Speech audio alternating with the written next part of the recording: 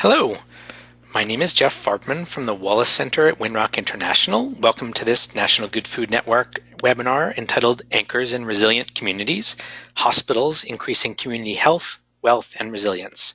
Here, that's a picture of me on that slide. How about that? Let me just say a few words about the Wallace Center and its National Good Food Network, and then we'll dive in. The Wallace Center, a business unit of Winrock International, is the host of the National Good Food Network webinars. The Wallace Center has been a leading organization in the movement for a more sustainable and equitable food system for over 30 years. We develop partnerships, pilot new ideas, and advance solutions to strengthen communities through resilient farming and food systems. The National Good Food Network, or NGFN, is an initiative of the Wallace Center that accelerates progress towards the Wallace Center's vision. The NGFN is a connector. We connect peer-to-peer, peer-to-expert, business and support organizations to best practices and lessons learned, projects to funding, and all of this at a national scale so that innovations spread rapidly throughout the good food world. You can learn more about the great work of the Wallace Center at wallacecenter.org and about the National Good Food Network at ngfn.org, where you can dig into our great resources to help your work and our large collection of archived webinars. This webinar actually started as a proposal for a presentation at our National Good Food Network conference held in early spring in Albuquerque this year. We felt like we wanted to make sure that this information was not limited to people who came to the conference. So we asked our panelists to present on a webinar today. Needless to say, I'm very much looking forward to this, and like you, I would like to dive right in. So let me introduce our first panelist. Amber Hansen is the Southeast Regional Coordinator for Healthcare Without Harm's Healthy Food in Healthcare program. She works in Arizona, Colorado, and New Mexico to support the healthcare sector in purchasing more healthy, local, sustainable food and investing in upstream interventions to build healthier food systems. Amber? Thank you, Jeff, for the introduction and for the opportunity to present on this webinar.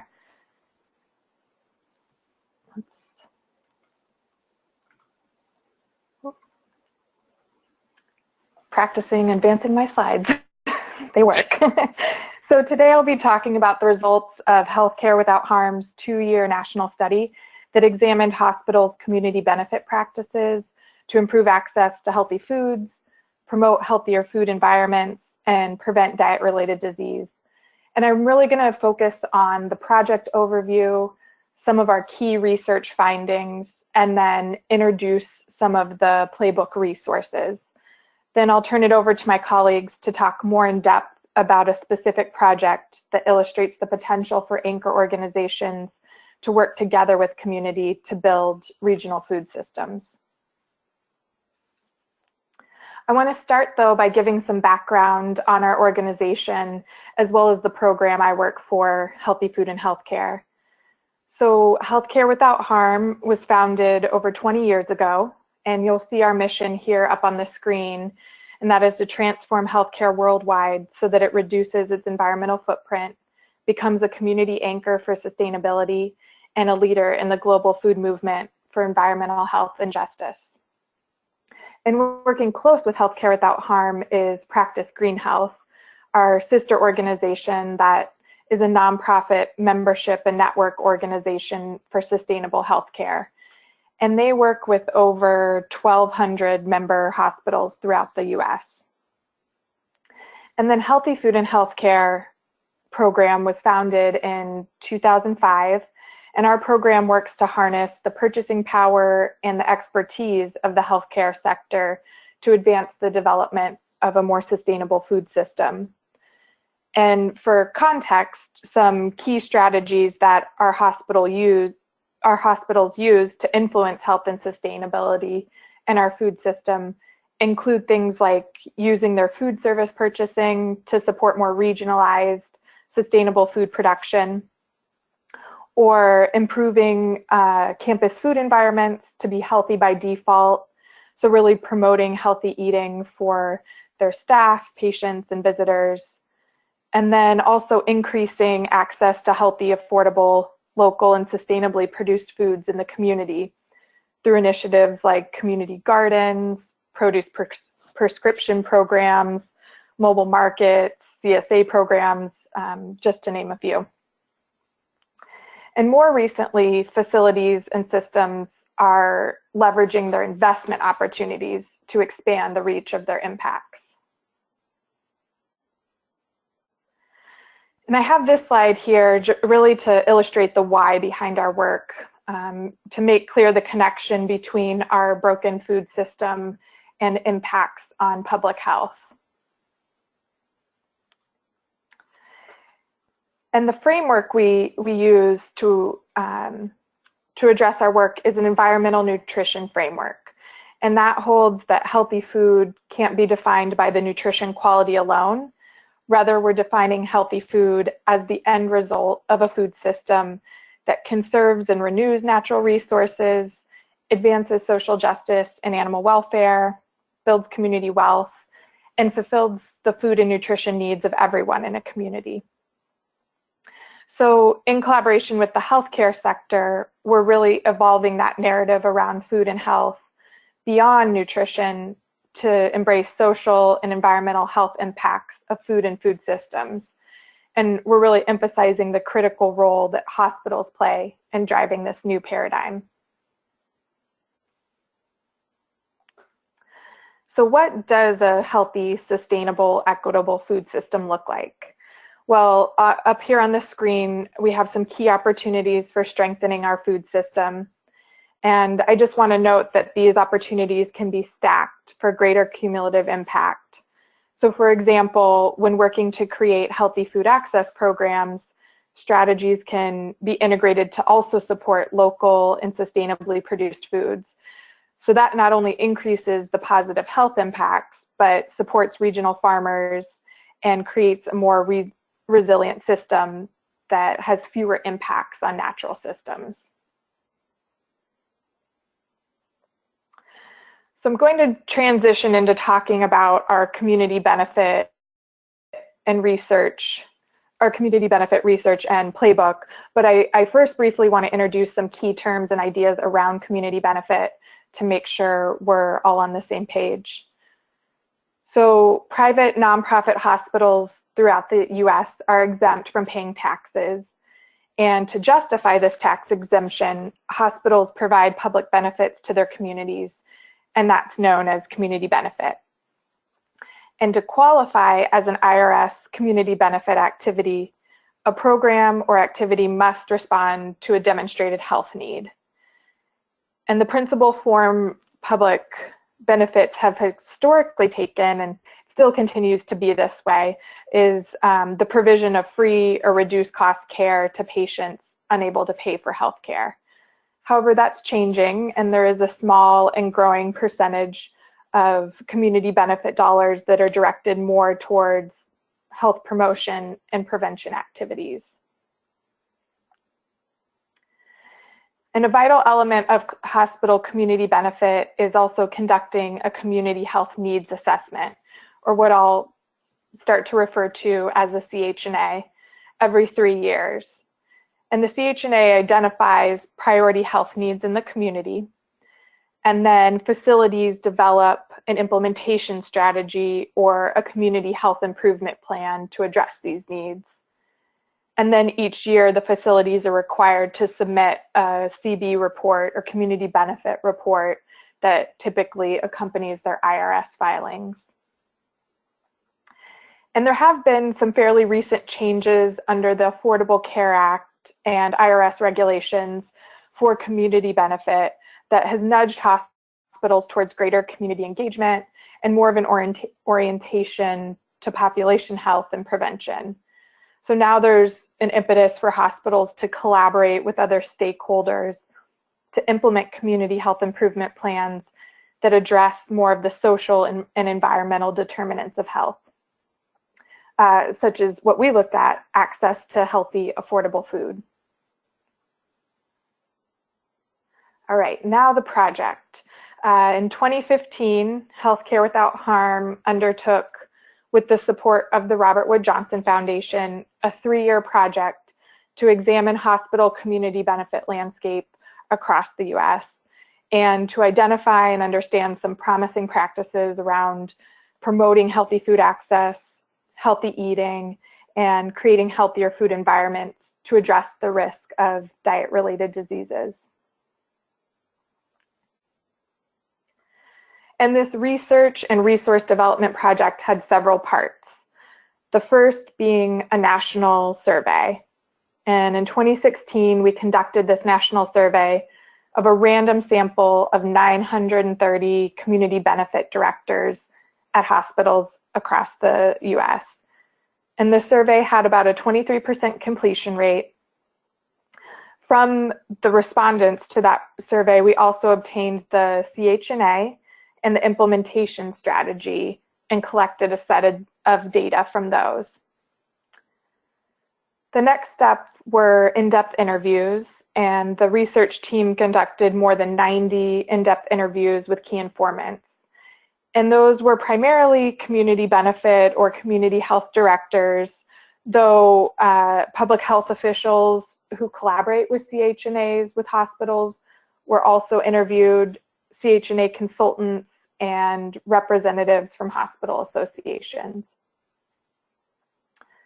Next, we developed a set of 10 case studies on hospitals throughout the country, really examining their community benefit programming and how it supported healthy food access, and then highlighted the lessons learned and best practices for their program design, program implementation, the way they promoted health equity, established community partners, achieved sustainable funding, and then evaluated those programs.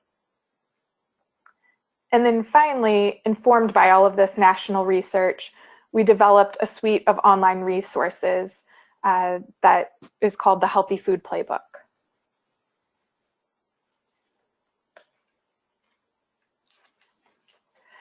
And while this project takes a broad look at how hospitals are assessing and then addressing healthy foods, the playbook particularly tries to highlight certain kinds of win-win-win opportunities.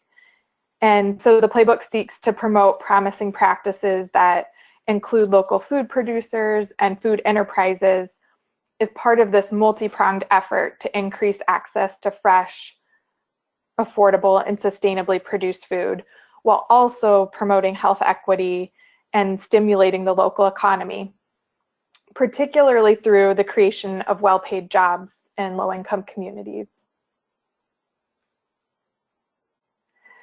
And here I just want to highlight some of the interesting findings from our research. I'll start with some of the findings around the community health needs assessments from our analysis.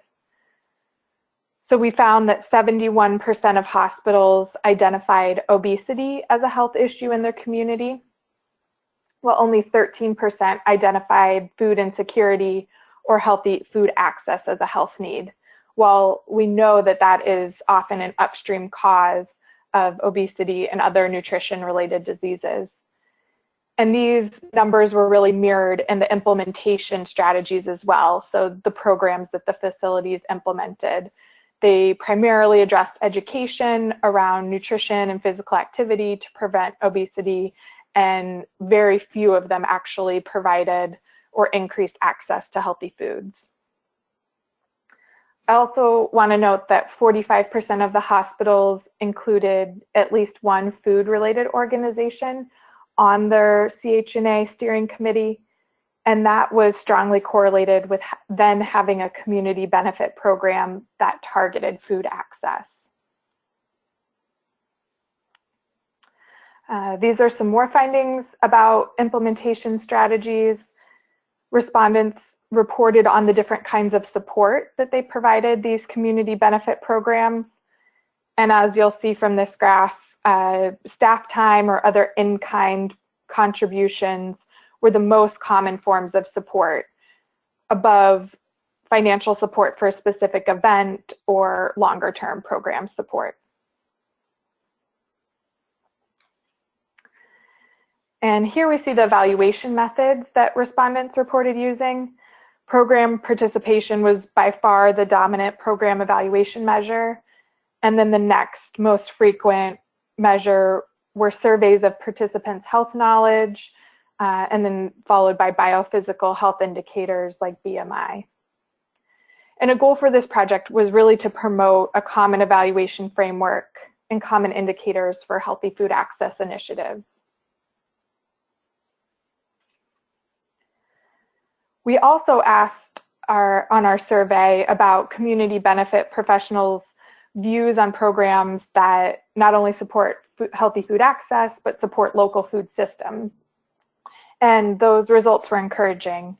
43% said that including local and organic producers in a program was very important. And then almost half, 48% of respondents said that it was very or somewhat likely that their facility would provide community benefit support to an initiative involving community agriculture, like a CSA program. So all that research supported the development of the Delivering Community Benefit Healthy Food Playbook, which is a suite of online resources, as I mentioned, that not only support the hospital community benefit professionals, but also community partners in developing interventions that promote healthy food access and healthier food environments. So these are the sections of the playbook listed up on this slide, with resources to support the different stages of the community benefit process. And if you go online to look at these, you'll see that each resource provides examples and links to learn more.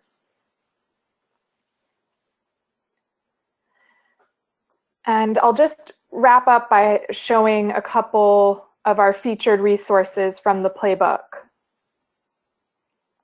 This first one is one of the community health needs assessment resources on engaging community to understand food needs.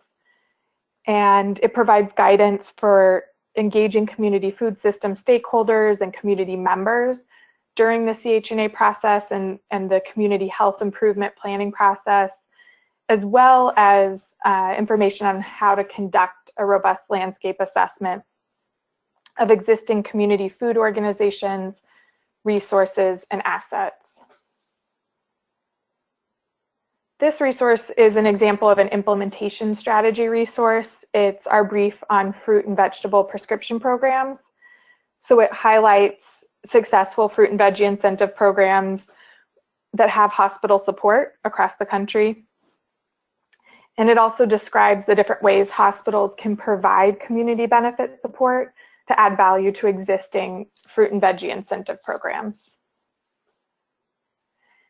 And this last resource that I'll highlight is another guidance brief that provides recommendations and resources for evaluating programs that are designed to increase healthy food access.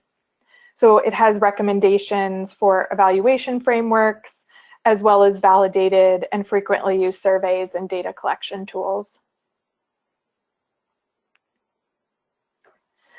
And the research and case studies that were conducted for this project really revealed a number of useful findings and insights that we hope will facilitate greater community benefit investment in healthy food access and healthier food systems. So I just wanted to end by highlighting some of our overarching recommendations.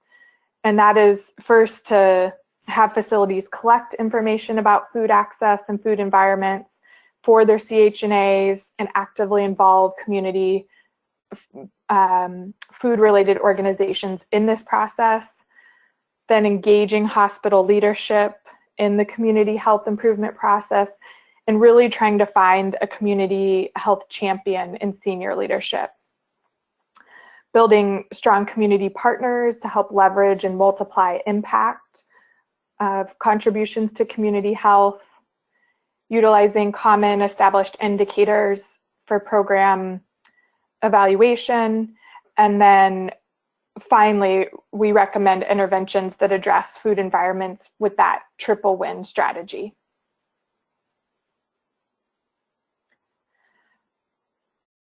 So I'll leave it at that, and I'm happy to answer questions during the Q&A portion.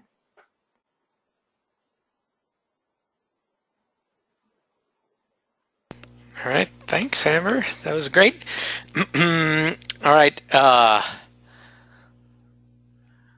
Tara's on deck. Tara Marchant is the director of Emerald City's collaborative San Francisco East Bay, working across the spectrum of labor, community, industry, and workforce development to retrofit their urban core.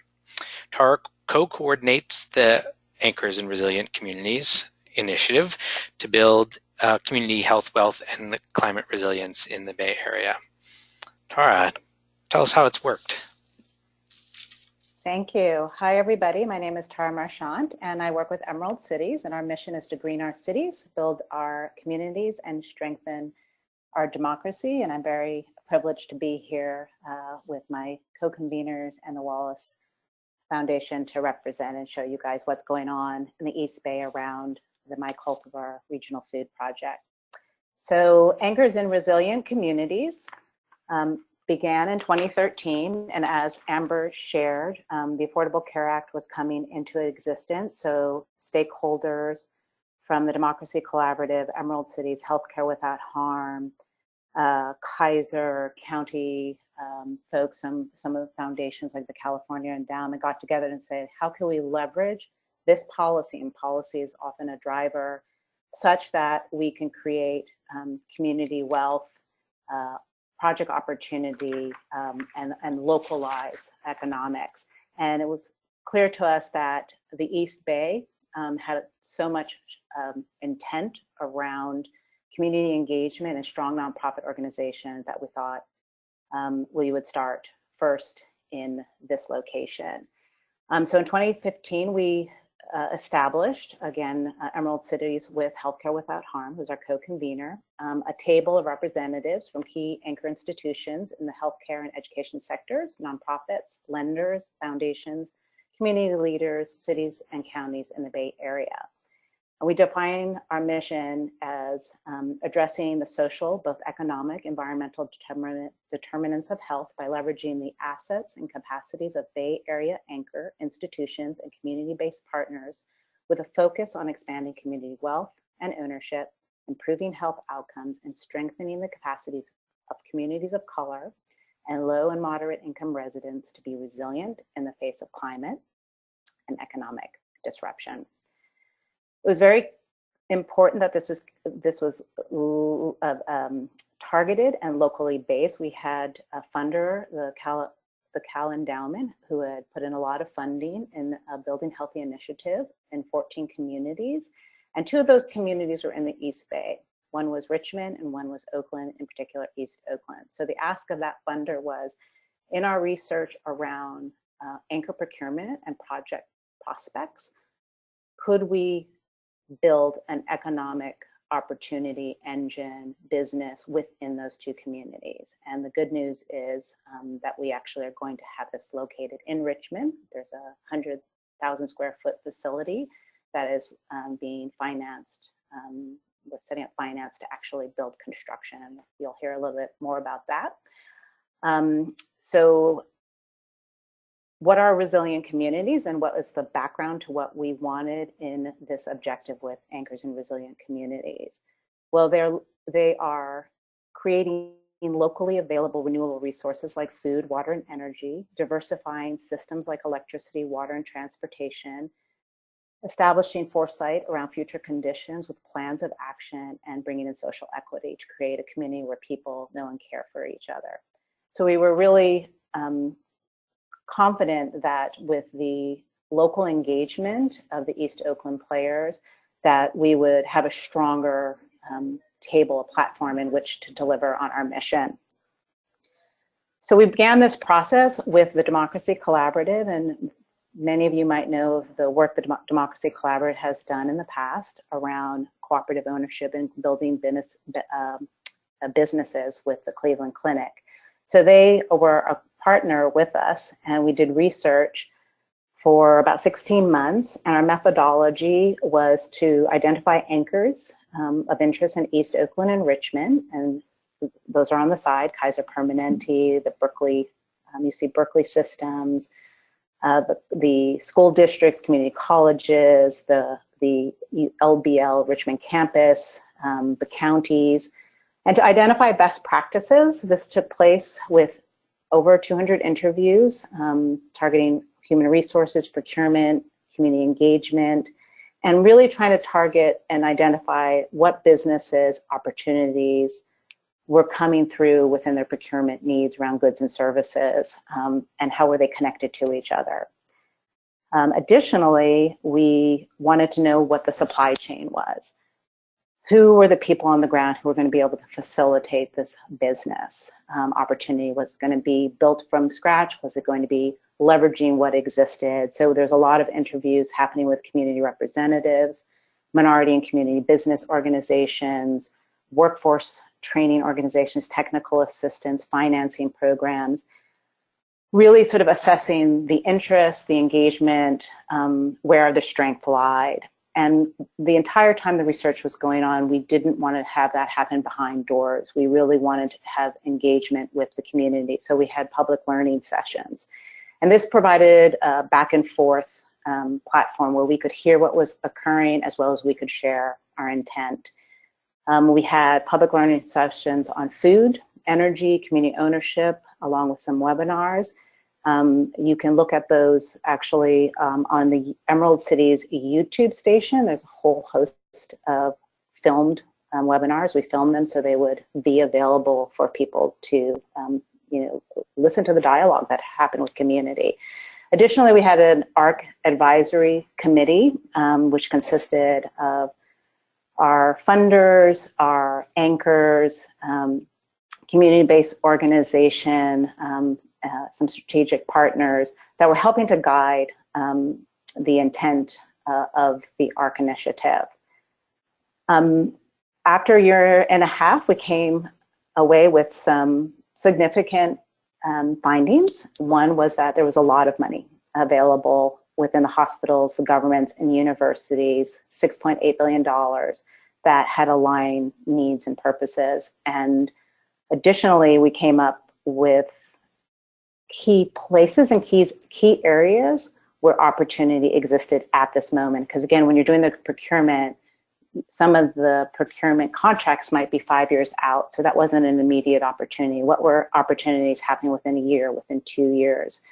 And they were healthy food, local food systems that provide opportunities, economics to improve community health and wealth, clean energy, green building and construction, looking at ways to promote climate mitigation and adaptation, and green enterprises, demand for zero waste, net zero buildings, recycling, green cleaning, and a host of other wealth building opportunities within the community.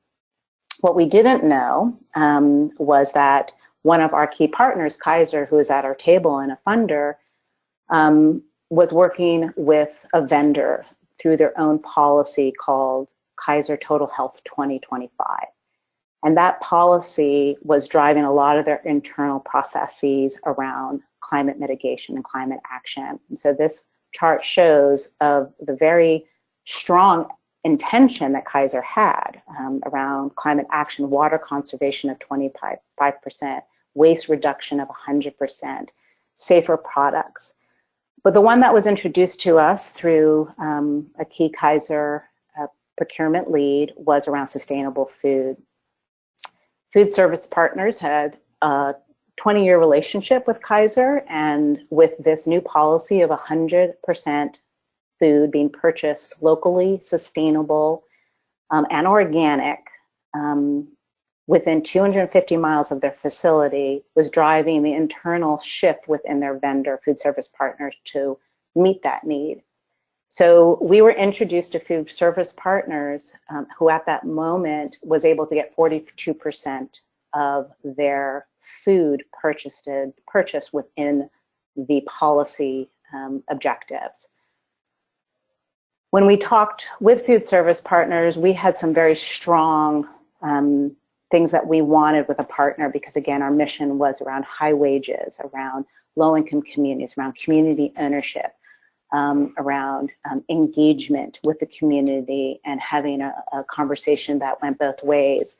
So we were very pleased that the concept that they were coming up with called MyCultiver was supported by the Foundation of Food Service Partners that had 30 years of institutional food production, distribution, was working locally, was in San Francisco, and they were already a union wage shop, and they had employee share equity ownership program. So they already had a foundation of the values that we had around equity and supporting the local community. Our request for them was within the concept of ARC and our objectives around Richmond and Oakland, East Oakland, would they be willing to locate this new facility that they were working on within these communities? And we're happy to say that we have that facility, as I said, in Richmond, 100,000 square feet, that's recording financing around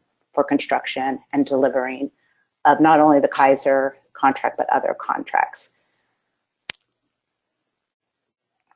So this slide has a lot of detail, and so if you download it, you'll be able to read it more specifically. But again, our intent is around market transformation. It's not just the project itself, but it's around looking at a sector and how do we shift it so that we regionalize it. So on the left side of this, you'll see ARC's role is to facilitate partnerships, create co-learning, mobilize project, and scale it. And our ultimate goal is for community wealth, community health, climate resilience, and again, market transformation. And Lauren, later in the presentation, will share the details around this logic model and the evaluation that we're undergoing. Below here in the regional food system, this will provide a little bit more of like the context of what was happening around the unbelievable development that was happening locally around food equity, around procurement, around job creation, around helping people coming out of the prison system, and the opportunity with MyCultiver itself to be in Richmond and to employ up to 200, 250 people over the next 2 to 3 years. So our goal is to support this food project in aggregating the demand, increasing the access to healthy foods, creating career pathways and high wage jobs, and increasing the markets for local producers.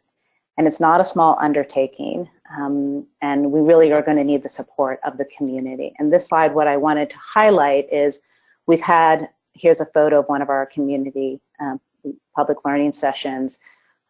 We want to really see what's already there. You know, we have a large ecosystem and there are many pieces in places, but they're not integrated and they're not fit together. So we do want to look at workforce development. We do want to look at sustainability, food production, regional food production, looking at incubating small and mid-scale businesses, and also building cooperative ownership.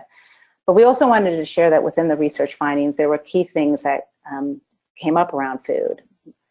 There was catering that was lacking. There was actual jobs that were being unfulfilled within these anchors. There were products like ketchup and mustard that they were unable to get. There were legumes, you know, tons of legumes they wanted that they couldn't facilitate getting. Really fine greens and bread. So those are just a couple of things we know are in high demand that aren't being fulfilled within the institutions.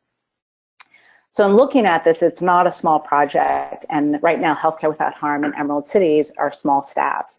So we had an anchor advisory, but we were really going to need a broad set of stakeholders to hold this. So we spent the last few months developing a new governance structure, which we are going to be rolling out, inviting people to participate with roles and responsibilities, 2-year terms, different ways people can play in this based on their expertise. We have the sort of larger platform of the ARC table, which is around evaluation, communication, financing, defining and determining which projects to be used. And then there's the actual support of the projects, whether or not it will be forthcoming in energy or green enterprise, or currently what we're looking at is a regional food system.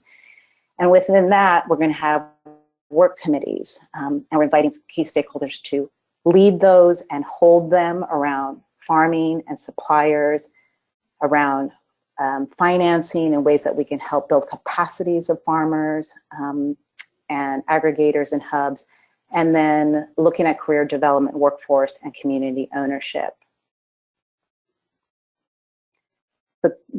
key questions that are guiding ARC is, what is needed to build the regional food system that it will make it capable to meeting this demand, and how can ARC and players in ARC influence the development of that system while building health and wealth in Oakland and Richmond. So we've begun mapping the system. We've hired a wonderful young woman by the name of Caitlin Joseph, who has a lot of experience in food and the different players within the food system. And we are taking and gathering the resources that have been done in the Bay Area, but putting it into a context around this 250 miles. Who is already certified? Who's not? Which minority farms are participating? Who's not? What urban farms are participating? Who's not? How do we build capacities using anchor community benefit and funding to support them so that over the course of the next 10 to 20 years, we can start to rebuild a system that has become national and in some cases international? How do we restructure it so it reflects what it looked like 100 years ago? Local, responsive, supportive, where small businesses, small farms can actually participate with the vendor. We're also looking, because one of the roles that Emerald Cities has always brought in was high wages, union jobs, career pathway, and the food sector does not have any sort of construct around that. So we're also, with the support of our regional food manager, Caitlin, we are looking at, what are the workforce opportunities? What are the career pathways? We know through a SAGE resource that the economy in the Bay Area produces $113 billion of annual revenue, employs close to 500,000 people. That's 13% of the regional's workforce. But the wages in the food sector are 64% lower than the regional average. So what is the connectivity? Where are points that ARC can actually come in and look to fill in those gaps? And so our platform is really, how do we move the market? How do we look at the demand of these models, test them, support in the aggregation, leverage capital, create new ways of financing, target policy, develop policy, and then how do we help the supply chain, increasing the community access, the major market employers, increase the jobs, and then bring that knowledge and build the capacities within the community. And the last slide I'll leave you with is really has, I think, a little more context. If you download it, you can read it more uniquely. But there's a lot of information here, and ARC is quite broad. But again, we just wanted to give you the context so that you can see how we're going to then try and capture the data so that we have something to show that the shift and change happen. And so I'm going to pass that on to Lauren Poor, who works with us. So thank you, Lauren. And thank you, Tara. That was great and mind-blowing. Really, it's a lot of work. Let me introduce Lauren. Lauren, you see, is we'll talk about evaluating ARC. Lauren Poor is the California Community Food Systems Coordinator at Healthcare Without Harm, where she works with hospitals to build resilient communities through cross-sector collaboration, investment, and co-learning. Lauren received her master's in public health from UNC Chapel Hill, where she focused on community-based participatory research and environmental justice. Lauren? All right, thank you, Jeff, Tara, and Amber, and to everybody who's on the call today. So as you heard, Tara spoke about the birth and the growth of ARC, as well as the first project we're working on in building the regional food system. So I'm going to speak about how we're evaluating ARC and our food systems work.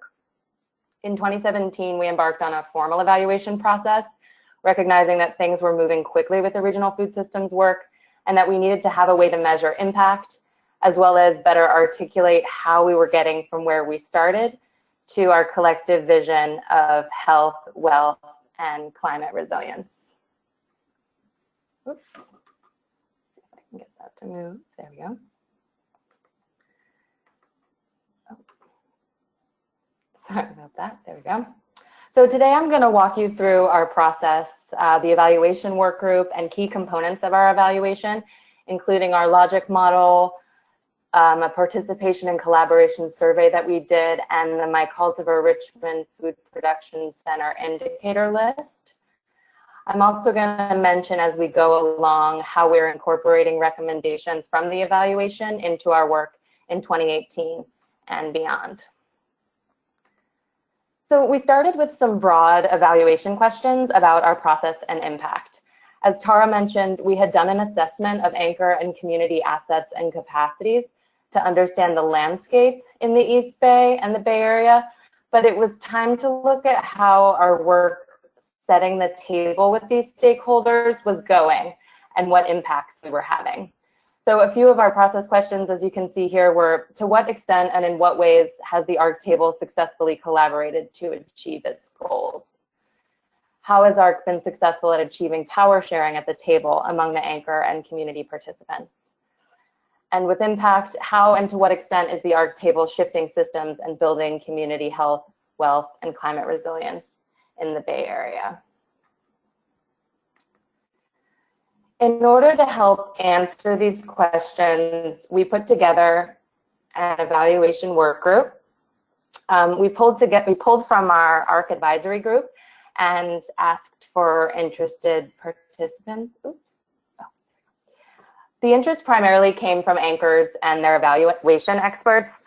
This was one of our first formal work groups, and so we're working this year as we define our governance structure to get more participation in the evaluation process from our larger stakeholder group. The work group helped us decide to seek an external consultant for the evaluation and then to develop the request for proposals and even select the consultant. We ended up hiring Vital Research, and we all worked together with the expertise of the work group and the guidance of the consultant to go through the evaluation process. We started with the logic model. And for those of you who aren't familiar with logic models, a logic model is just an articulation of an organization or an initiative strategy. It tells a story of how the initiative will achieve its vision. So in its simplest form, it outlines a vision, intended outcomes, and activities that will lead to those outcomes. So we had developed a model in 2016 based on meetings and events with informal input from stakeholders, but our hope was to really take it to the next level. And we started with our internal team to do some education about what a logic model is and why it's important. And then we brought our existing model as close to up to date as we could. Then we had a few big vision sessions led by Vital Research that included ARC national leadership, who holds the larger picture of ARC outside of the Bay Area. A key component of this process was defining our activities.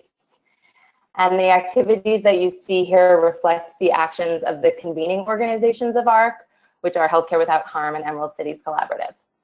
So we were able to group our activities into 4 categories: facilitating partnerships, which includes our work convening the stakeholders, providing a governance structure, and securing funding; creating co-learning opportunities, which includes hosting learning sessions, helping to bridge the gaps between anchors and community organizations, and define some of the values that bring us together; mobilizing projects, which is mainly prioritizing the projects based on the research and then providing pre-development support; and then scaling the model, which includes documenting and evaluating the work to generate evidence, as well as disseminating the story. So the collective impact of the stakeholders through collaboration in ARC are reflected in the following logic model.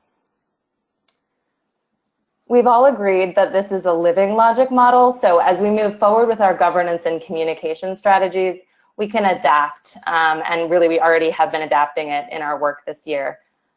The main components here, again, we're better articulating the activities and then connecting them to our larger outcomes of health, wealth, climate resilience, and all of that happening through market and institutional transformation. This, we believe, is a great tool for vetting future projects, which will have their own logic models, and it's already been really a helpful guide for drafting the regional food systems logic model as well.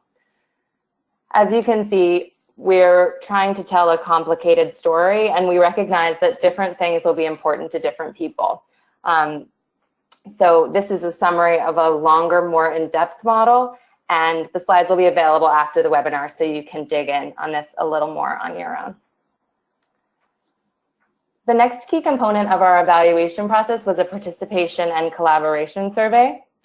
And this was really designed to understand ARC participants' impressions of the quality of participation and collaboration at the ARC table. We sent out about 100 invitations to an online survey last fall and had 39 responses.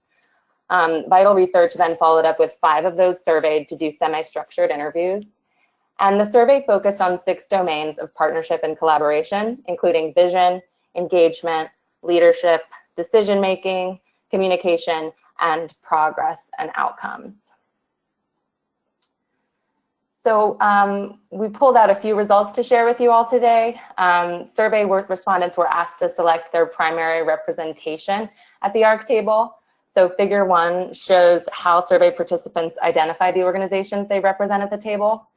Of those who completed the survey, the majority primarily represented nonprofit community-based organizations, anchor institutions, and foundations or investors. And in figure 2, you see the participants were asked to characterize their level of involvement in ARC and estimate about how many years they'd been involved with the project. So about 1/3 of the participants reported being somewhat involved, followed by minimally involved, and then very involved. A smaller percentage reported having no current involvement. And those who reported having some level of current involvement estimated participating for an average of 1.5 years, and those with no current involvement estimated having participated in the project for an average of 1.5 years as well. So to highlight a few of our major findings, there's a strong sense of commitment and belief in ARC's overarching vision among the majority of participants. Great. ARC table participants hold a mostly positive view of ARC convener staff and their skills, work ethic, and commitment to equity. Many are concerned, however, with inadequate staff capacity to do the level of work necessary to accomplish ARC's vision. Participants reporting higher levels of involvement with the ARC table were more likely to agree with positive statements about ARC. And many participants are ultimately hopeful about the potential impact of the ARC table in the communities of the East Bay, which was a great thing to hear. And also participants have already experienced positive benefits of ARC participation via co-learning opportunities, new partnerships, and increased access to resources. This year, we're working to incorporate these recommendations into our activities. In governance, we're articulating the governance structure, which we hope will increase participation and facilitate more leadership amongst our participants. This is also what's helping us articulate the decision-making processes within ARC, which the survey showed were unclear to our participants. Communications, we created a work group to help clarify partnership roles and key messages. As you can tell, ARC is a complicated partnership with lofty goals, and it's really important to us to make it as clear as possible so that we can get the right partners at the table to work on this vision together.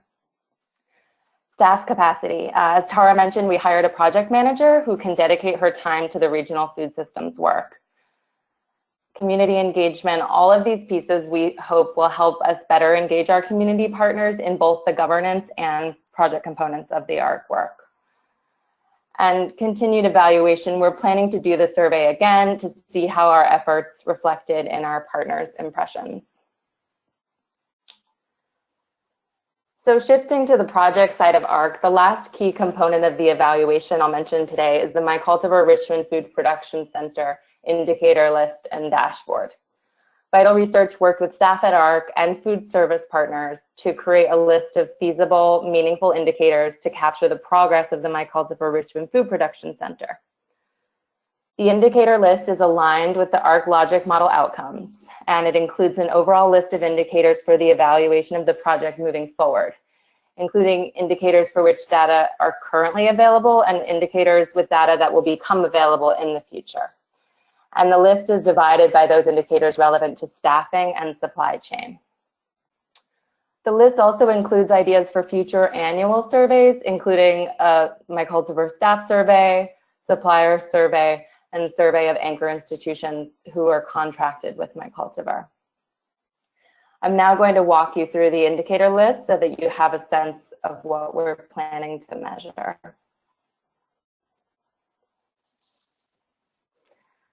So that should come up soon.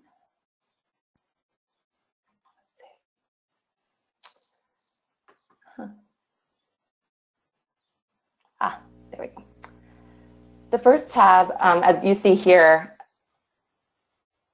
oh, there we go, includes, sorry, I jumped forward there, includes indicators for which food service partners has said data is currently available in their internal records. So these indicators, again, are divided by those relevant to the supply chain for food that will be produced at the facility and those relevant to the staffing of MyCultiver. As you can see, each indicator is connected to its vision area outcome. And here with the supply chain indicators, you can see we have indicators related to produce, meat, dairy, and eggs. The second tab includes indicators for which FSP staff, food service partners, FSP is short for that, has said data is not currently available, but that it could feasibly be available in their records in the future. Like the current data tab, the future data is divided by indicators relevant to MyCultiver staffing and those relevant to the supply chain, including data about meals provided to anchor institutions once the Richmond Food Production Center is operational. As you can see here, we were able to get agreement around tracking farms within 50 miles in the future, whereas they're currently tracking farms within 250 miles. So we'll be able to see if there are any shifts there. And the third tab contains suggestions for types of indicators that could be collected in annual surveys.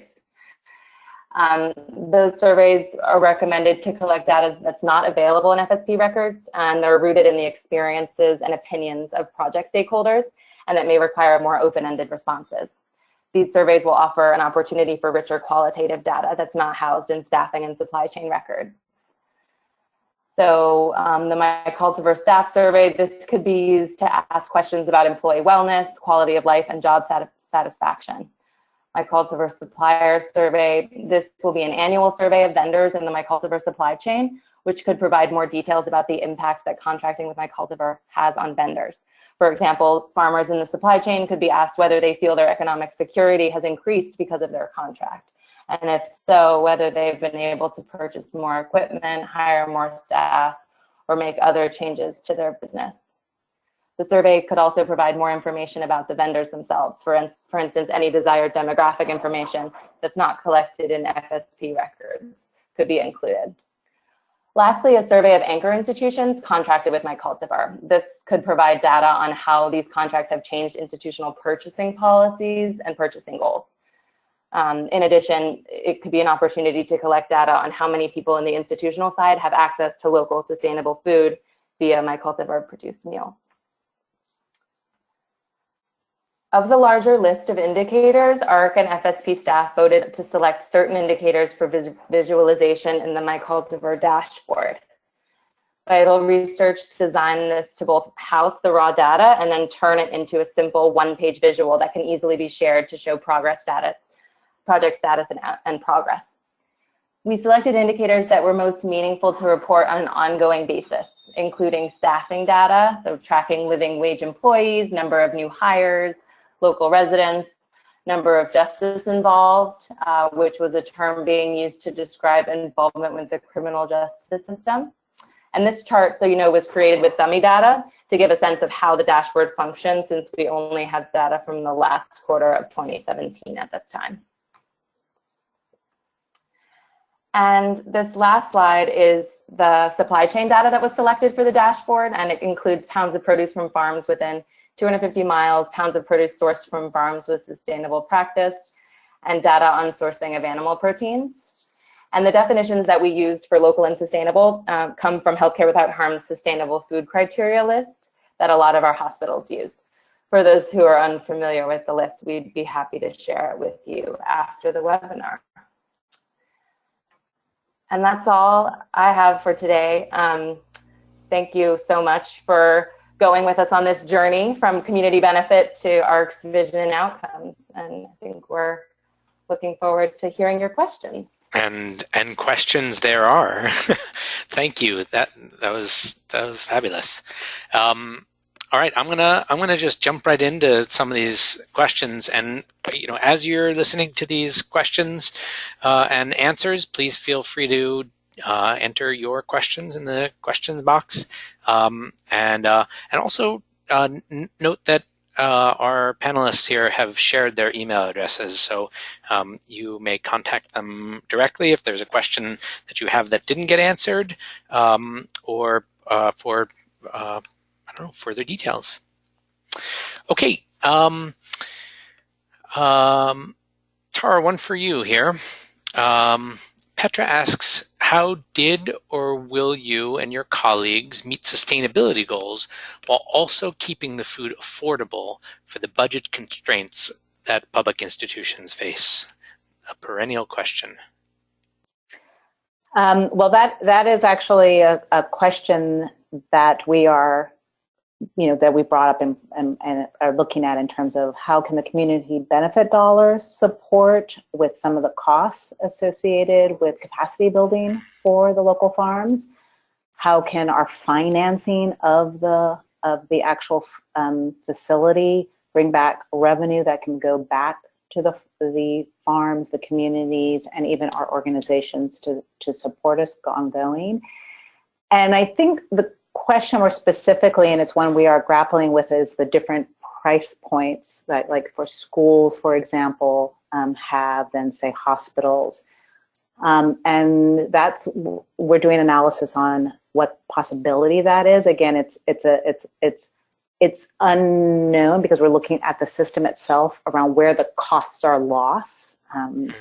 Like intermediaries take a portion of the money. And so this is what we are looking to figure out. What I can say is by forward contracting with farmers, it's going to be easier to aggregate the products and the produce, so the costs may go down for those local farmers because they'll know ahead of time what they are producing versus right now it's sort of like, oh, I have potatoes. We can be like ahead of time say, okay, you farmers produce this many cases of potatoes at this amount, knowing that they're getting money moving forward. But it is a question that we will continue to look at because it's going to be very challenging for farmers who have higher costs. Right. Yeah, reduce the risk, reduce the price, basically. That's great. That's a good point. This is a question from Diane, and I think maybe Amber, you can answer this one. Did you look at where hospitals might have integrated healthy eating and physical activity in the CHNA? We did see that hospitals integrated healthy eating and physical activity, but it was in their implementation strategies, or rather their community health improvement plans. So the CHNA defined the priority health needs in the different communities, and then things like nutrition education would be how those health needs were addressed. So we found that about 81% of the programs that we surveyed and looked at their community health improvement plans targeted obesity, and for that reason, a majority of those used nutrition education and physical activity. I think about almost half of those as their intervention type to address obesity. So I hope that answers the question. Yeah, thank you. Yeah. We have someone who's the chair of the board of the Dorchester Food Co-op in Boston, which is where I'm from. And the question is, how would you recommend that they start a conversation with their local hospitals?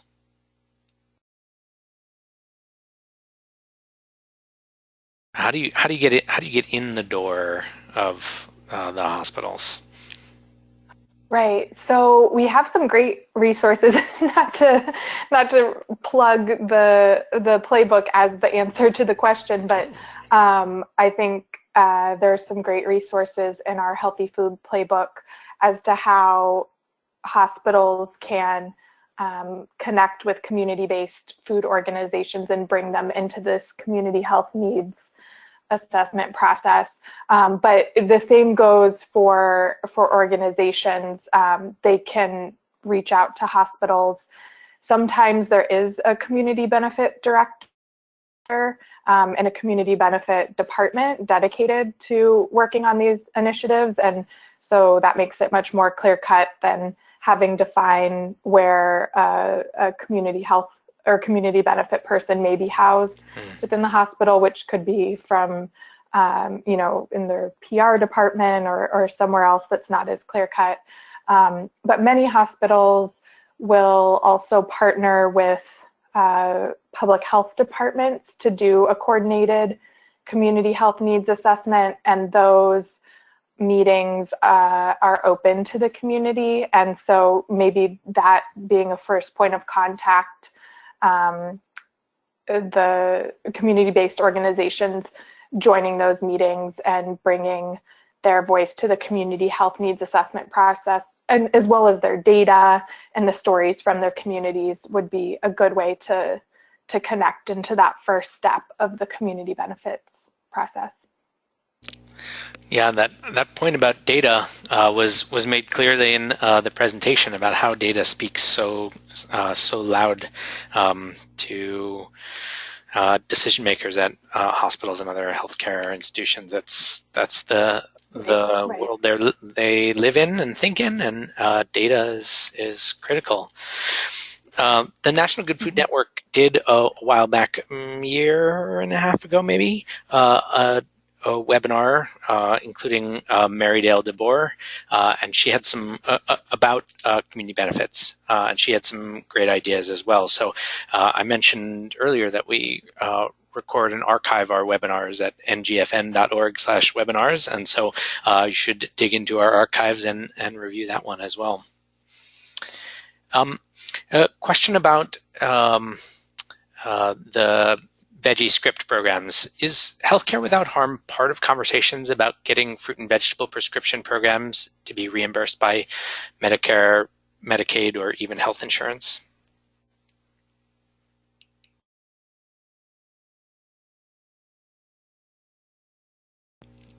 You guys may not know. I don't know.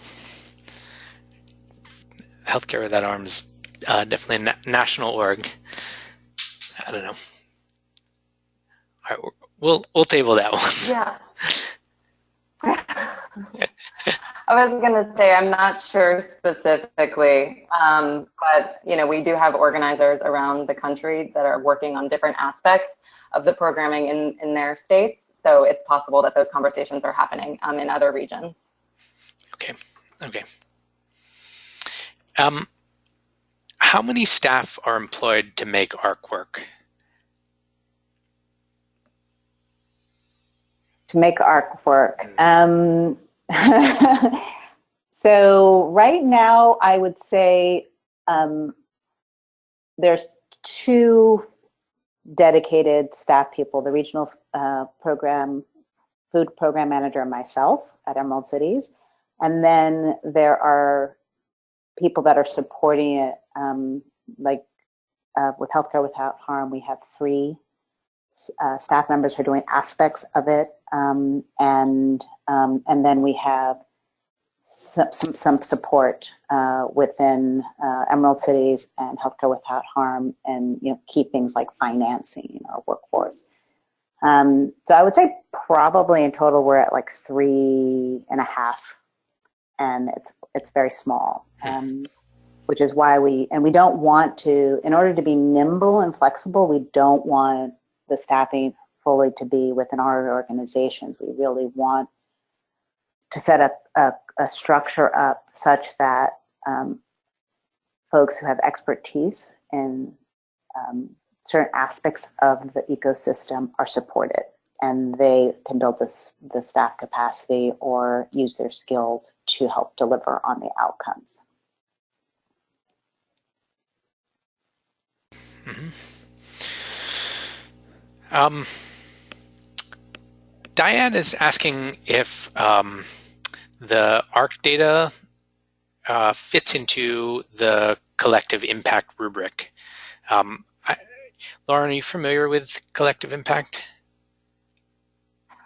Thanks. Yeah, I am. And when we were starting conversations about the evaluation, we asked ourselves, are we a collective impact project? Do we fit into the shared measurement and shared goals and sort of the language that they use at collective impact? And it definitely is, the words collective impact is what we're doing, but we don't frame our work with collective impact. So we do have some overlapping, we do have some things in common with that framework, and I think that is a really helpful way to get people on the same page and to just have that language out there when you're getting started. But we sort of decided to have our own kind of framing, recognizing that it's helpful to learn from what the collective impact folks have put out there for us. So great. Terry, I just wanted to let you know, Terry gives you a great job for collecting data. Very impressive, and it's true. It's true. Yay. Lauren, can you please explain the justice involved indicator specified on the Food Production Center dashboard? That's the law. That's right. Am I recalling correctly? It's yes. Involvement. All right. Yeah. So justice involved was just a way of sort of characterizing how people's involvement with the criminal justice system, and justice involved was just a term that allowed us to incorporate a variety of different ways that someone might interact with the criminal justice system. Got it. All right. With so many players besides, a great question from Diane, with so many players besides food players in air quotes, is there a best practice as to how groups with different interests, asthma, child health, diabetes, cancer, physical activity, et cetera, some best practice of how groups with different interests can work together to reach out to the community benefit administrators at hospitals?